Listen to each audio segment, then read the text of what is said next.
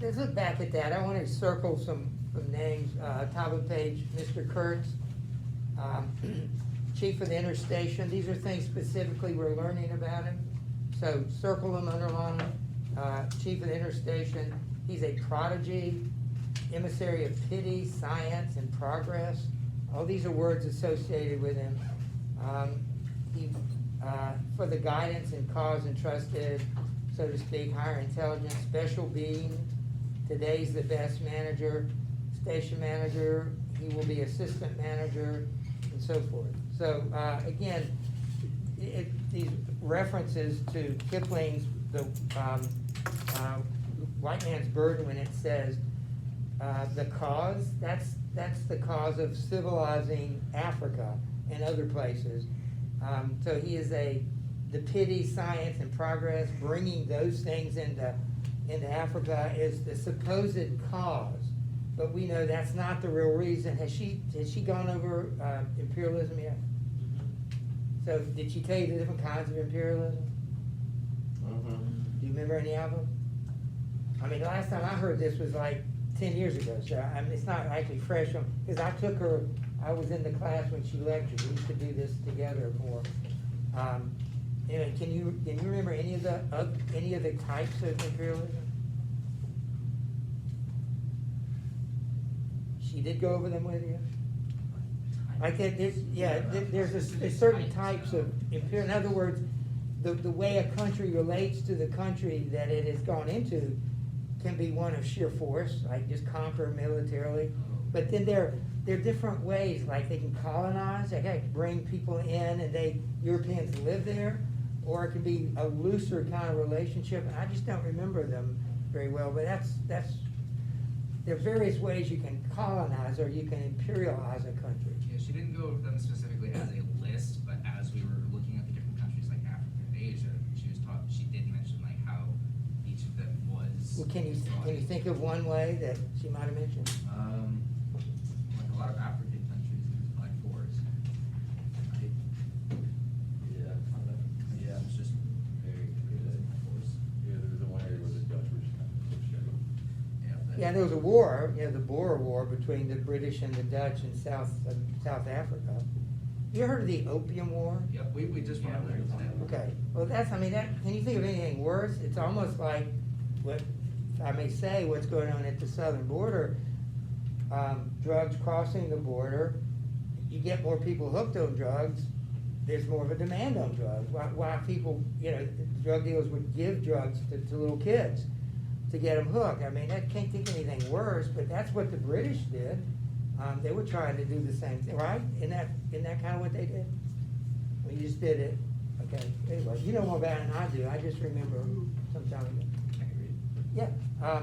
Anyway, those references tell us that Kurtz at one time was considered the head of the cause. I mean, anyway, he embodied all the good things about civilization that they were trying to give to the Africans. But we know there's more to come. So, thank you.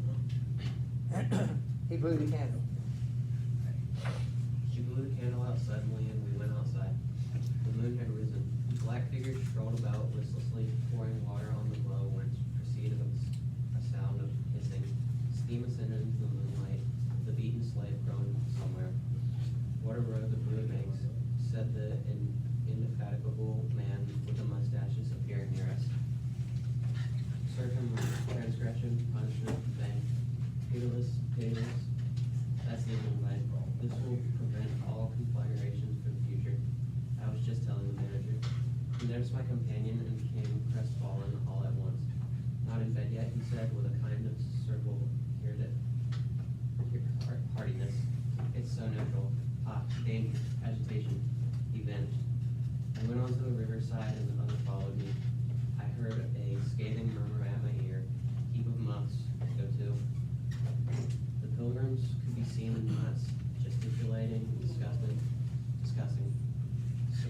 Several had still their slaves in their hands. I verily believe they took these stakes to bed with them.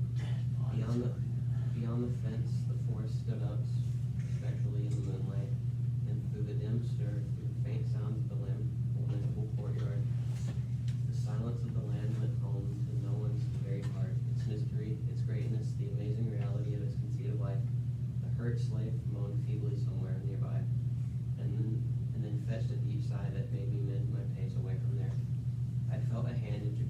myself under my arm. "My dear sir," said the fellow, "I don't want to be misunderstood, and especially by you. You will see Mr. Kurtz long before I can have that pleasure. I wouldn't like him to get a false idea of my disposition." I don't know if you picked up on this, but the guy he's talking to, it said a couple, they're very subtle, I didn't point them out, but said a couple maybe disparaging things about Kurtz. And Marlowe responded by saying, well, when he becomes your manager, when he becomes your boss, you won't have an opportunity. And now the guy comes back a paragraph later and says, listen, you're gonna see him before I do. Don't give him the wrong idea, like don't tell him what I said. I don't wanna get in trouble with Mr. Kurtz. People are afraid of Kurtz. This is the first indication that Kurtz has the power to make people afraid of him. So far, he seemed like just this great guy, with all this intelligence and good intentions, but there's more to him than meets the eye. Yes, thanks. Yeah. I let him run on this paper mache Mephistopheles, and it seemed to me that if I tried, I could poke my forefinger through and would find nothing inside of a little loose dope. He, don't you see, had been planning to be assistant manager by and by under the present man, and I could see that the coming to that curse had upset them both not a little. He talked precipitately, and I did not try to stop him. I had my shoulders against the wreck of my steamer, hauled up on the slope like a carcass of some big river animal. The smell of mud, of primeval mud, by Jove, was in my nostrils. The high stillness of primeval forest was before my eyes. There were shiny patches on the Black Creek. The moon had spread over everything a thin layer of silver, over the rank grass, over the mud, upon the wall of matted vegetation standing higher than the wall of a temple. Over the great river I could see through a somber gap glittering as it flowed broadly by without a river. All this was great, expectant, mute, while the man jabbered about himself. I wondered whether the stillness on the face of the immensity looking at us two were meant as an appeal or as a menace. Or were we who had strayed in here? Could we handle that dumb thing or would it handle us? I felt big, how confoundedly big was that thing that couldn't fall. And perhaps was death as well. What was in there? I could see a little ivory coming out from there. And I heard Mr. Kurtz was in there. I heard enough about it too, God knows. Yet somehow I didn't bring any image with it. No more than if I had been told an angel or a fiend was in there. I believed it in the same way one of you might believe there are inhabitants in the planet Mars. I knew once a Scotch sailmaker who was certain, dead sure, there were people in Mars. If you asked him for some idea how they looked and behaved, he would get shy and mutter something about walking on all fours. He as much as smiled, he would, through a man of 60, offer to fight you. I would not have gone so far as to fight for Kurtz, but I went for him near enough to a lie. You know, I hate, detest, and can't bear a lie, not because I'm straighter than the rest of us, but simply because it appalls me. There's a taint of death, flavor of mortality in lies, which is exactly what I hate and detest in this world, what I want to forget. It makes me miserable and sick, like biting something rotten will do. Would you bracket that? This is important because of how the book ends. He said he hates lies. That passage, I went on near enough to a lie. I hate, detest, and can't bear a lie because, not because I'm straighter than the rest of us, but simply because it appalls me. There's a taint of death, flavor of mortality in lies. He hates lying because lying sounds like death to him. I think it's a really interesting way to look at it.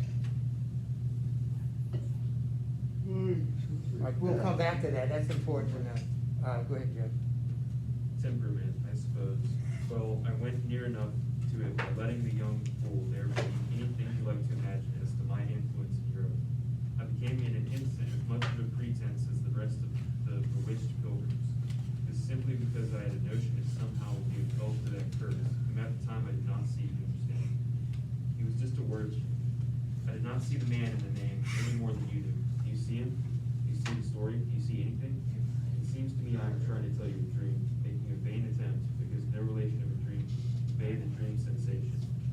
But that commingling of absurdity, surprise and bewilderment, and a tremor of struggling revolt, that notion of being captured by the incredible which is of the very essence of dreams. All right, thank you. You see Kurtz again, and he says that he wanted to help Kurtz. He's beginning to like the idea of Kurtz. Never met him, never seen him. He's just hearing about him from time to time. But he sees that Kurtz is different from these other people. He doesn't like these other people. By the way, who are the pilgrims? You'll see that word. I'll ask you that on the test. You'll see that word because he calls a group of people the pilgrims. Who are they? They're just people who've gone there, I guess, typically for religious reasons. For what? Religious reasons. Well, actually, the only religious reason is because they worship ivory. It's kind of a phony word. It's an ironic word because they are religious in the sense that they want ivory, which means they want wealth and they want power. And so he calls them pilgrims because they walk around with these sticks and they don't do anything. They just kind of wander around, so they're kind of useless pilgrims, but they're there hopefully to make money. So why don't we go to Bartlett? He was silent for a while. No, it is impossible. It is impossible to convey the life sensation of any given epoch of one's existence. That which he makes its truth, its meaning, its subtle and penetrating its essence. It is impossible to live as we dream alone.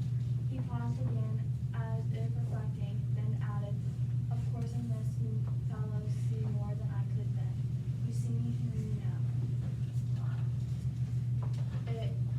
It had become so pitch dark that we listeners could hardly see one another. For a long time already he, sitting apart, had been no more to us than a voice. There was not a word from anybody. The others might have been asleep, but I was awake. I listened and listened on the watch for the sentence or the word that would give me a clue to the faint uneasiness inspired by a hammer that seemed to shake itself without human lips and a heavy night air cover. All right, you can read it. See. Yes, I let him run on. Marlowe began again. And think he what he pleased about the power that were behind me I did. And there was nothing behind me. There was nothing but that old wretch mangled steamboat I was leaning against. While he talked fluently about the necessities for every man to get on, and when one comes out here, you conceive it is not to graze of the moon. Mr. Kurtz was a universal genius. All right, circle those words. Universal genius. That's another thing people say about Kurtz. It's nighttime. He's out near his steamboat, which they've taken out of the water. He's repairing it, and he and this guy who works for the company are just talking, and he's learning about Mr. Kurtz. This is this conversation he's having. So, at the bottom of the page, you're going to answer question number 13. He cannot finish fixing his steamboat because he's lacking one thing. It's question 13, and you'll see what it is in a minute. But even a genius would find it easier to work with adequate tools, intelligent men. He did not make bricks. Why? There was a physical impossibility in the way. As I was well By the way, aware- this is that brick maker again, the guy that doesn't make bricks. He's just waiting for something in order to make bricks. As I was well aware, and if he did secretarially work for the manager, it was because no sensible man rejects wantonly the confidence of his superiors. Did I see it? I saw it. What more did I want?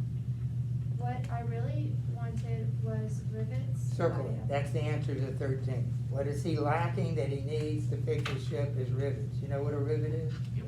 What's a rivet? Well, the old ones were just pieces of steel that had one end flattened out. You'd heat up the other end, jam it through a hole, and hammer the other end flat, so it held two pieces held together.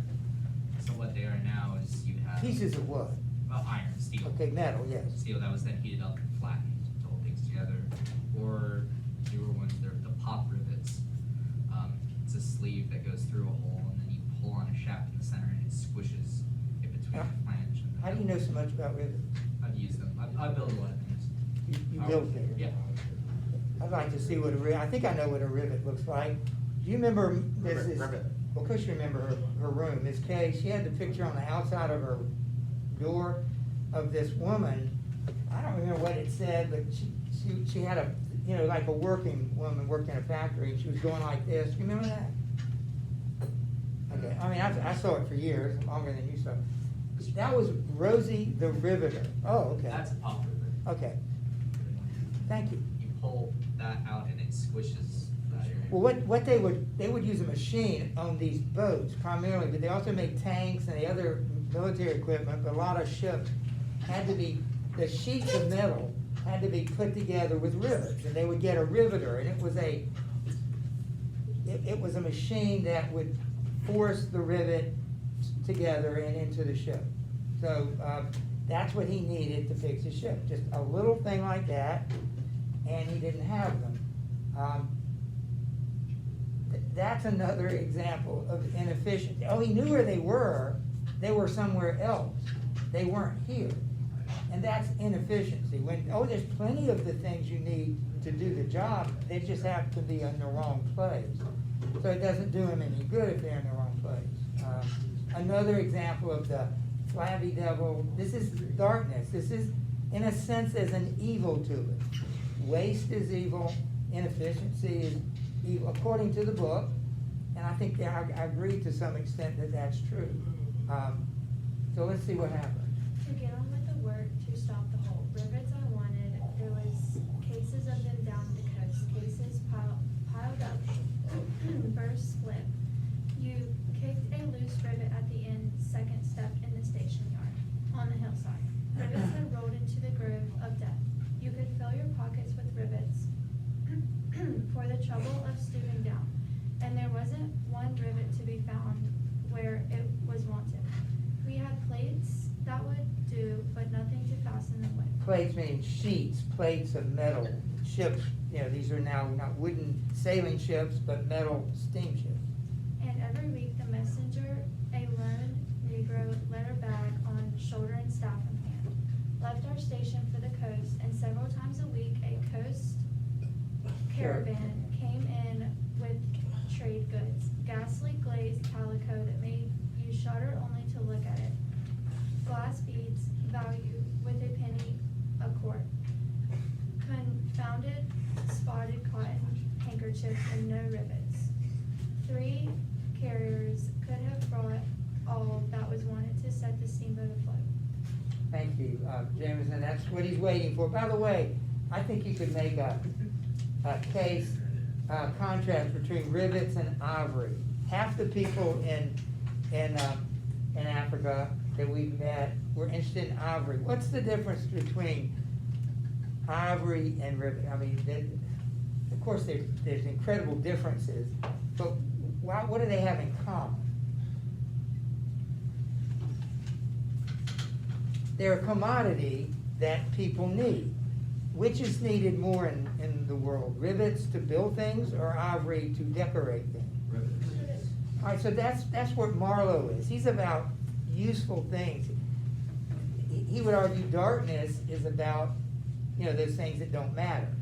Materialism that doesn't matter. But he wants rivet. All he needs is rivet. You can do stuff with rivet. He likes things that are useful. Jameson. He was becoming confidential now, but I fancy my unresponsive attitude must have exasperated him at last, for he judged it necessary to inform me he feared neither God nor devil, let alone any mere man. I said I could see that very well, but what I wanted was a certain quantity of rivets.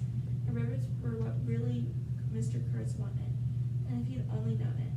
Now letters went to the coast every week. My dear sir, he cried. I wrote from dictation I demanded rivets.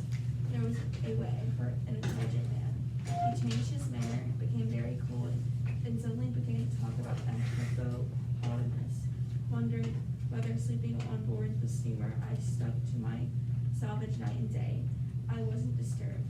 There was an old hippo that had the bad habit of getting out on the bank and roaming at night over the station grounds. The pilgrims used to turn out in a body and empty every rifle they could lay hands on at him. Some even had sat up nights for him. All this energy was wasted, though. That animals had a charmed life, he said. But you can say this only of brutes in this country. No man you print me.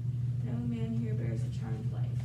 He stood there for a moment in the moonlight with his delicate, punked nose set a little askew, and his mica eyes glittering without a wink. Then with a curt good night, he strode off.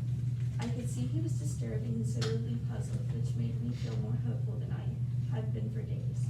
It was a great comfort to turn from that chop of my influential friend, the battered, twisted, ruined tin-pot steamboat. I clambered on board. She rang under my feet like an empty Huntley and Palmer biscuit tin kicked along the gutter. She was nothing so solid in make and rather less pretty in shape, but I had expended enough hard work on her to make me love her. No influential friend would have served me better. She had given me a chance to come out for a bit, to find out what I could do. No, I don't like work. I had rather laze about and think of all the fine things that can be done. I don't like work, no man does, but I like what is in the work, the chance to find yourself. Your own reality for yourself, not for others, what no other man can ever know. They can only see the mere show and never can tell what it really means. Look at question, thank you, question 14. It says, what does he like about work? It says, no man really likes to work. But, I like to work. well, maybe you can relate to this. And this is how you can answer the question. No, I don't like work. I'd rather encircle it or bracket it or underline it. I'd rather laze about and think of the finer things that can be done. I don't like work, no man does. But I like what is in the work. The chance to find yourself, your own reality, for yourself, not for others. That's what he likes about work. It's not the work itself, it's what the work leads to. And then turn back to 79. Just wait for him to get that. I said, look at it, about halfway down the page. I said I could see that very well, but what I wanted was a certain quantity of rivets. And rivets were what Mr. Kurtz wanted if he had only known it. Would you underline that? What Marlo is saying, what's Kurtz after?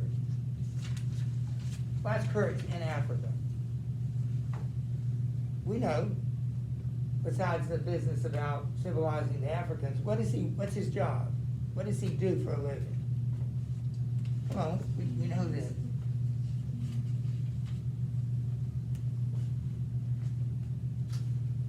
It's a 5-letter word, we've said it a dozen times. He's looking for what? He's collecting what? He's finding what? Ivory.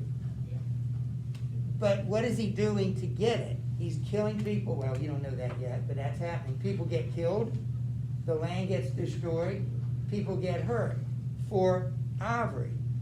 But does anybody get hurt with a rivet? Rivet builds things. Ivory seems to destroy things, the hunt for ivory, the amount of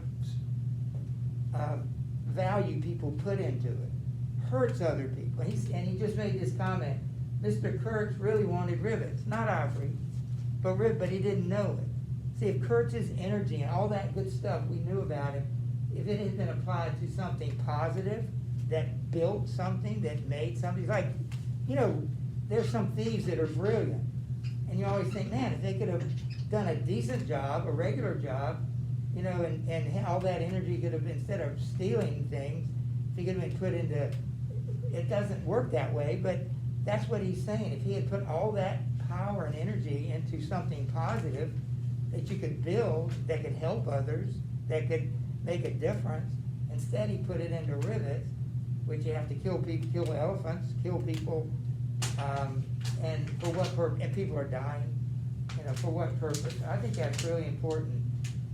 And he's a man who likes the use. I appreciate the fact you said you like work. I do too. Yeah, I'm going to retire someday, and I kind of dread it.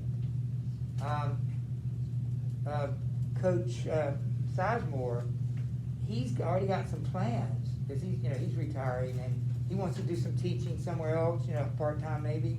There's some things like that. But I can understand that. I mean, I've been doing this for 46 years, get up at, 6 o'clock in the morning, be at work at 8 o'clock, leave at 4:30. you do that for 40 years, 45 years with summer vacation, how do you just stop doing that? You wake up next morning and, well, what am I gonna do today? I think everybody in here is gonna face that at some point, because we like work. We like something about it we like, and so I think I can relate to this. We'll come back to you. Let's go to Lily. Yes, where are we? I was not surprised in phase 8. We're gonna try to go to 83. That's a good stopping place. I've got something I wanna show you. I was not surprised to see somebody sitting aft on the deck with his legs dangling over the mud. You see, I rather chummed with the few mechanics there were in the station whom the other pilgrims naturally despised, on account of their imperfect manners, I suppose.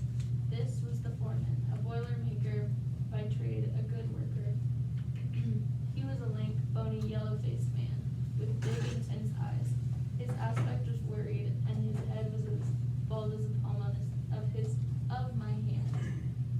But his hairs falling seemed to have stuck to his chin, and have posed in the new locality, for his beard hung down to his waist.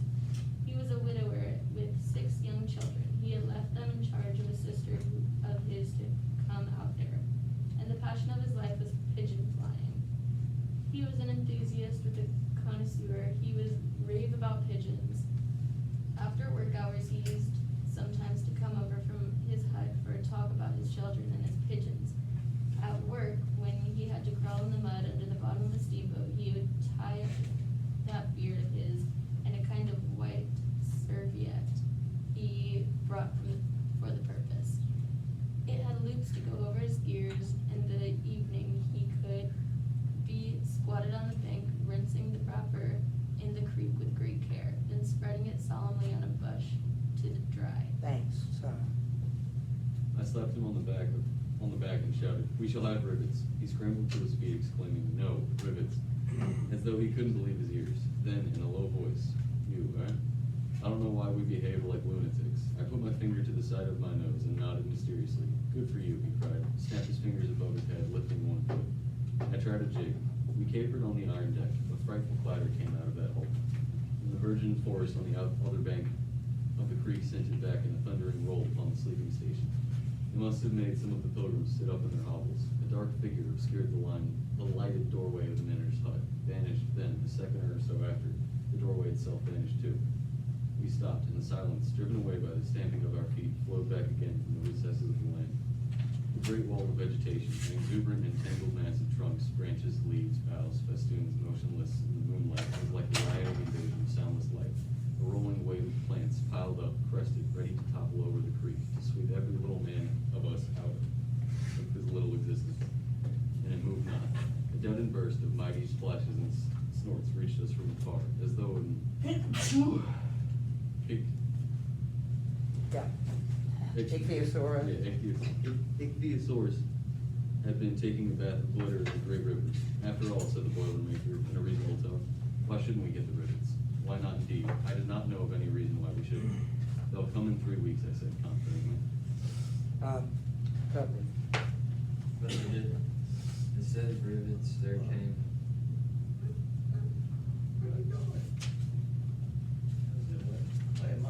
Robbie, you were the first person to read in class. Hey, Robbie, you already read. Oh, wait, I thought we were going off the road. No, we're just going around. Oh. I wasn't leaving that on purpose. I mean, you can read if you want to. Yeah, you want to run? No, go ahead. Nice food, yeah.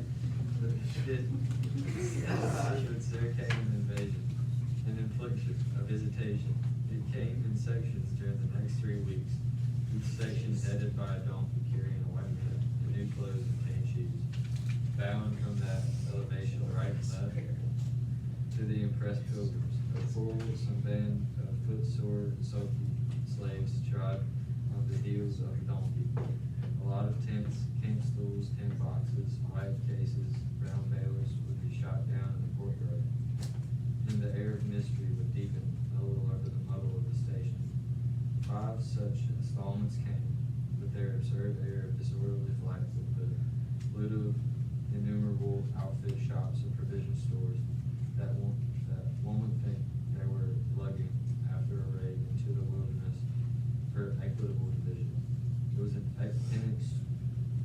inextricable mess of things, decent in themselves, but that human folly made look like spoils of thieving. Oh, Bobby, would you like to read it? Sir. This devoted band called itself the Eldorado Exploring Expedition. I believe that they were sworn to secrecy. Their talk, however, was the talk of sordid buccaneers. It was reckless without hardihood, greedy without audacity, and cruel without courage. It was not men who had foresight or serious intention in the whole batch of them. And they did not seem where these things are wanted for the work of the world, to tear treasure out of the bowels of the land was their desire. No more moral purpose at the back of it than there is burglars breaking into a city, who paid the expenses of the temple enterprise. I don't know, but the humble firm manager was leader of that class. In exterior, he resembled a butcher in a poor neighborhood, and his eyes had a look of sleepy cunning. He carried his fat paunch with ostentation on his short legs. During the time he became a pest at the station, he spoke to no one but his nephew. You could see these two roaming about all day with their head close together in an everlasting confab. And why don't Jackie finish it for us? Alrighty, I've given up worrying myself about the rivets. Once, for that kind of folly is more limited than you would suppose, I said, and let things slide. I have plenty of time for meditation and now, and then I would give some thought to Kurtz. I wasn't very interested in him. Still, I was curious to see whether this man could have come out of equipped with more ideas of some sort of according to the top after all. Kind of he was said about his work in there. All right, so let's finish these questions here. Why, we know why Marlowe likes to work, we know he needs rivets. Who are the pilgrims at the station? We know that. Yeah, they're all ivory hunters, but they're not really good at hunting, they're just kind of wasting their time.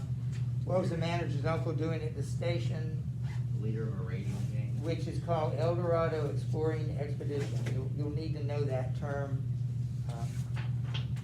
And then, why does the manager resent Kurtz? It was earlier in the book.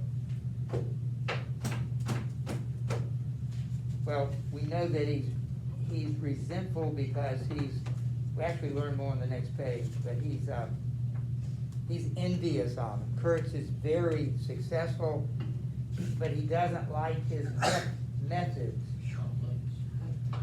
All right, so we're at 17. I'm gonna wait till we finish 26. We'll just finish the whole page next week. We're in pretty good shape, I think, to finish this.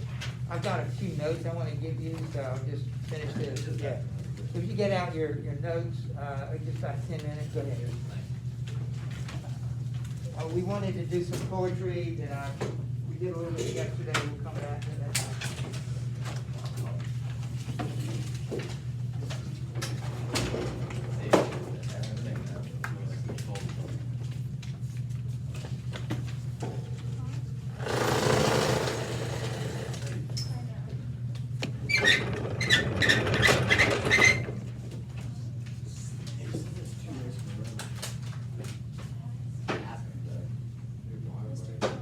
Yes.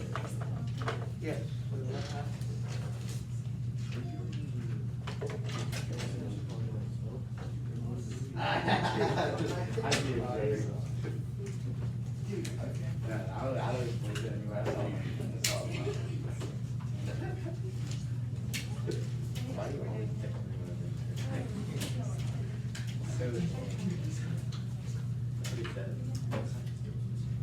Mr. Powell? Yeah. Did we finish the part of the breakfast? We did, we'll do that on Monday.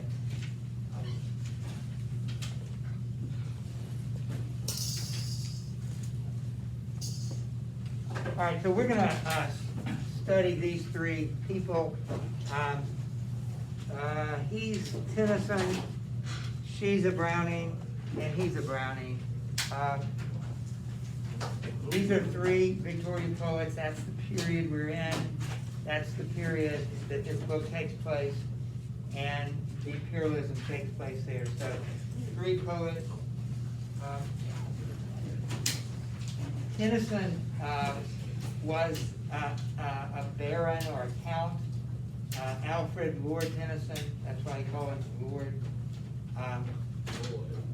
He is actually a lord. He's part of the peerage of England. I forget what rank he was. But he was the fourth one of 12 children. In 1892, he was a peer. That means that's why they called him Lord. If you're a knight, you get to be called Sir, like Sir Paul McCartney or Sir Elton John or Sir Lancelot. But if you are a part of the peerage, you are a lord. And he died in 1892, so he was in his 80s. He lived to his 80s, and he's one of the most famous poets in the world. Not necessarily the best, not in the category of Homer or Dante or Shakespeare or Virgil, but he is definitely one of the great poets. Most people know the name. Have you ever heard the name, Tennyson? All right, well, we're going to read his most famous poem Monday, the Charge of the Light Brigade. You ever heard of it? Yeah. Oh my gosh. All right, so he was famous. He had an unhappy childhood, but his father was a highly cultivated, book-oriented man. He suffered bouts of depression. The father did. The mother was pious and long-suffering. The brother's neurotic. You don't need to really know that, but it's just an interesting family. And I'd say Tennyson was a genius.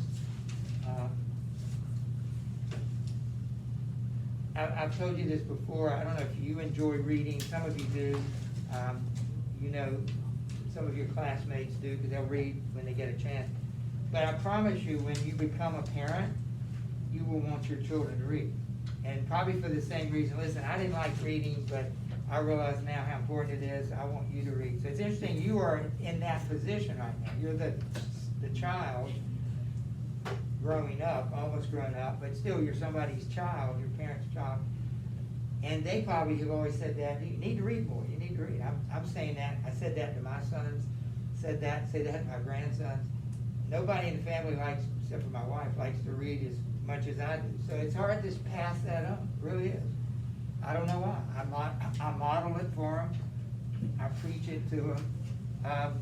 But none of them are really big readers. Of course, I make a living doing it, so that's an added motivation. But I just always note that most writers come from homes where there's lots of books. I mean, you wouldn't be a writer if you weren't in love with books.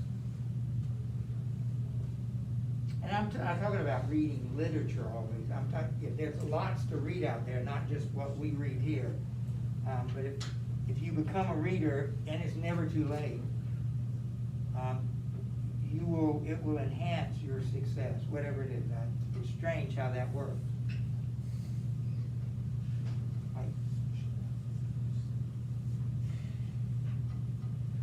So the thing I want you to remember, and this will be for the exam, we're already kind of looking forward to the exam. I want you to be familiar, even if though we don't read a lot of these authors, I want you to know something about them. So, you'll know what to expect when you go to college or next year with Dr. Betzel. Yeah, I remember a little bit about Tennyson. I should point out that Tennyson was considered one of the most handsome men in the world. I don't know what your stereotype in mine was too, impression of poets, but it's probably not, they weren't men.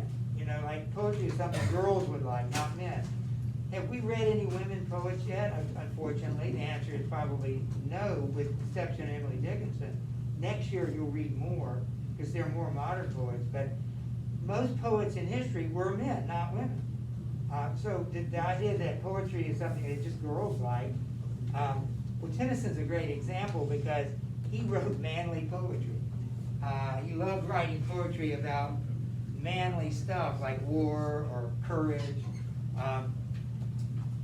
Anyway, it was said, I mean, you probably don't, can you imagine a writer who's kind of like a celebrity, superstar? Our superstars are athletes and entertainers, but this was a time when you could be a poet and be a superstar, be a celebrity. He was a part of a group, kind of like C.S. Lewis in the 20th century. You know, C.S. Lewis was in a group with Dorothy Sayers and some other people, Tolkien. They all knew each other. Well, the same school. They went to Cambridge, I think. And Tennyson was in a group like that too. His friend, author Henry Hallam, one of his most famous works are poems written about him. So, and the book, the poem we're going to read Monday, Charge a Light Brigade, is about a real event that happened. Have you ever heard of that poem? It's a real event that happened about the battle of in the Crimean War. I'm trying to remember, but it was a part of a battle, and it was a charge that was a suicide charge, basically.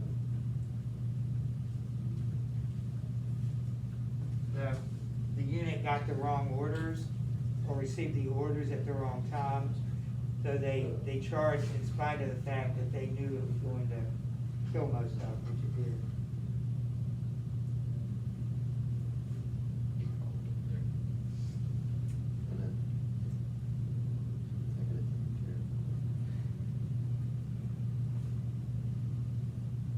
I think I have time just to show you one more, which I think some of the books that he wrote, I think are on here.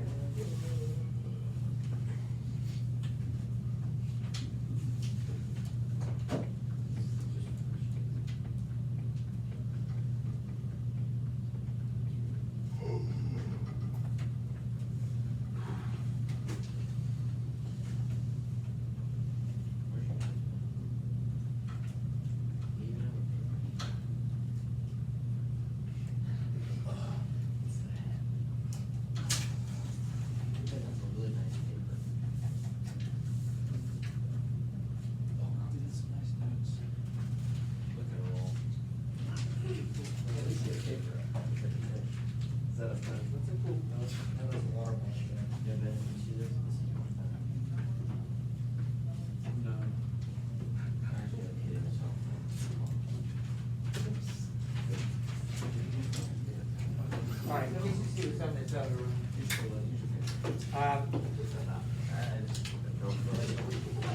He was a baron, so on Monday, we'll come back to this. We're not quite ready. Don't leave yet. We're making good headway with the book. And in 2 weeks, we should be finished.